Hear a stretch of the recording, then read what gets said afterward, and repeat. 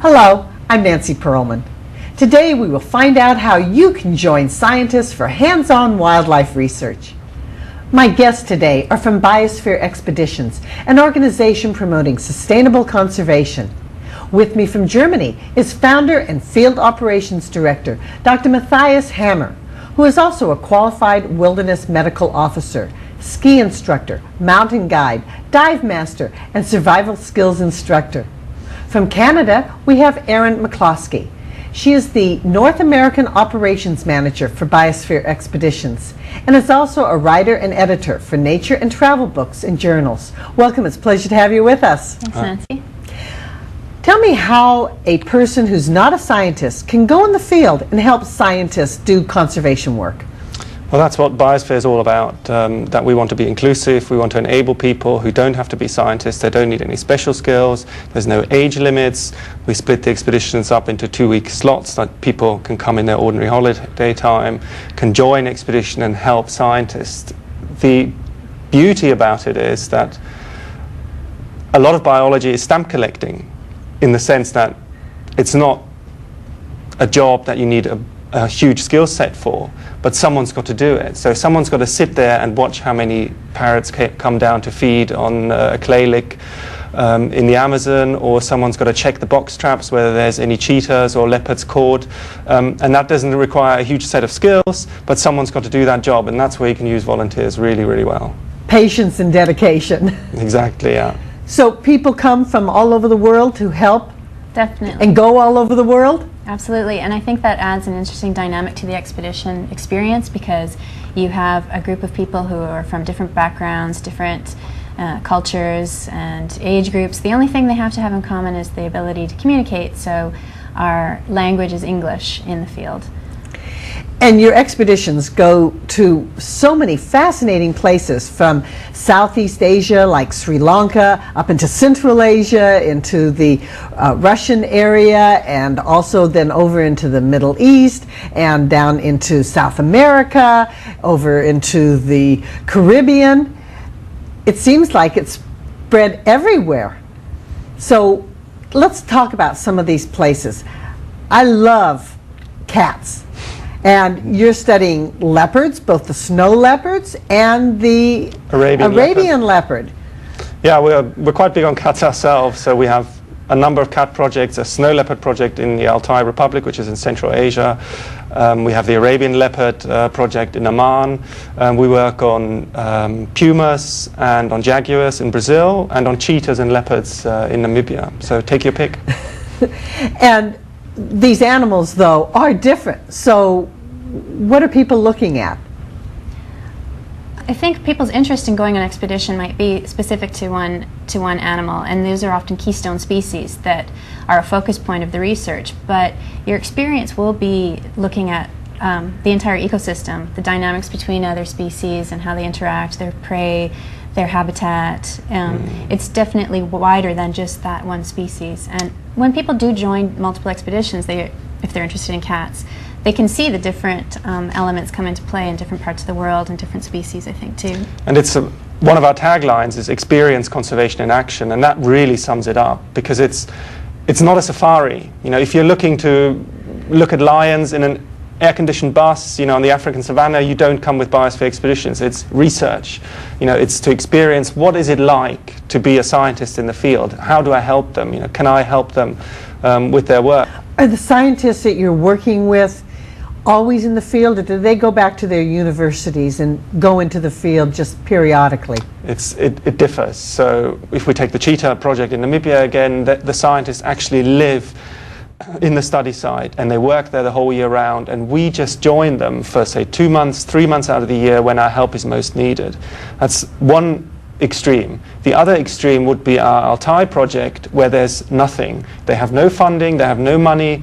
They can only go to this remote area with us. So we put in funding through the expedition contributions that people pay. We put in vehicles, we put in infrastructure, we put in the base, and then they come with us, and that actually enables them to do their research for those 2-3 months out of the year. Without us, there wouldn't be any research in that area. Are you relating to the local people, to the communities? Are you helping them with the conservation work also? Definitely. That's a big part of it, I think, to have local involvement. The scientists often are from those countries, and so it's supporting them locally. It's not bringing us from abroad and entering into a country without acknowledging the people who are working there and living there, and working with the communities surrounding it, using local guides and support from the communities as well, for hiring a cook, for example, Absolutely. or drivers. Anything that can be hired locally is our preference. How about the security of where you're going politically? I mean, you're going to countries all over the world. Does the person have to worry about that?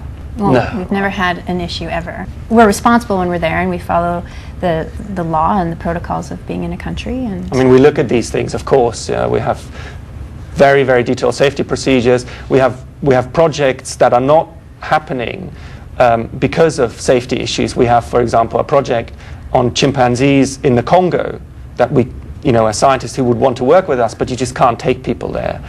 We only take people into areas that are safe to go.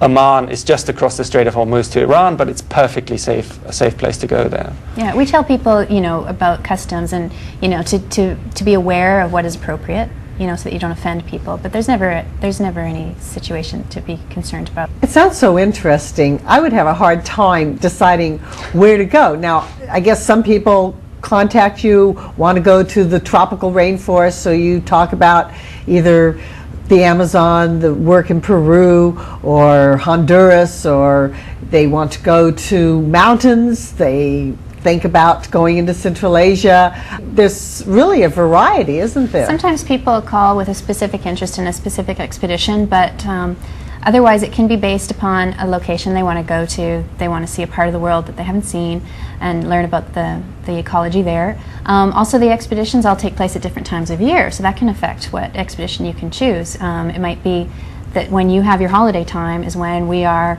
off in Oman studying the leopards, and maybe it's when we're down in the tropics. It can really depend. So, that adds to the adventure. You just maybe never know where you're going to end up going. I know that there's so many interesting experiences that a person can have when they go on this kind of expedition. It's truly ecotourism, but as you say, not as a safari, not as a sightseer, but as a participant to help that conservation work and to experience the environment and the wildlife in a different way. What are some of the most memorable experiences that people have shared with you? Well, we have many testimonials that people are always saying that it's a most amazing experience. They feel like they've made a difference with their time, and you're often saying that you can't even feel like you can repeat some of the things they say because you think we're making it up. They're very. But catching a cheetah, putting a radio collar on it, touching a truly wild animal that's sedated, or I remember catching my first wolf and putting a radio collar on. That's just, or that guy that we talked about with the jaguar. That's an experience he will never ever forget in his life.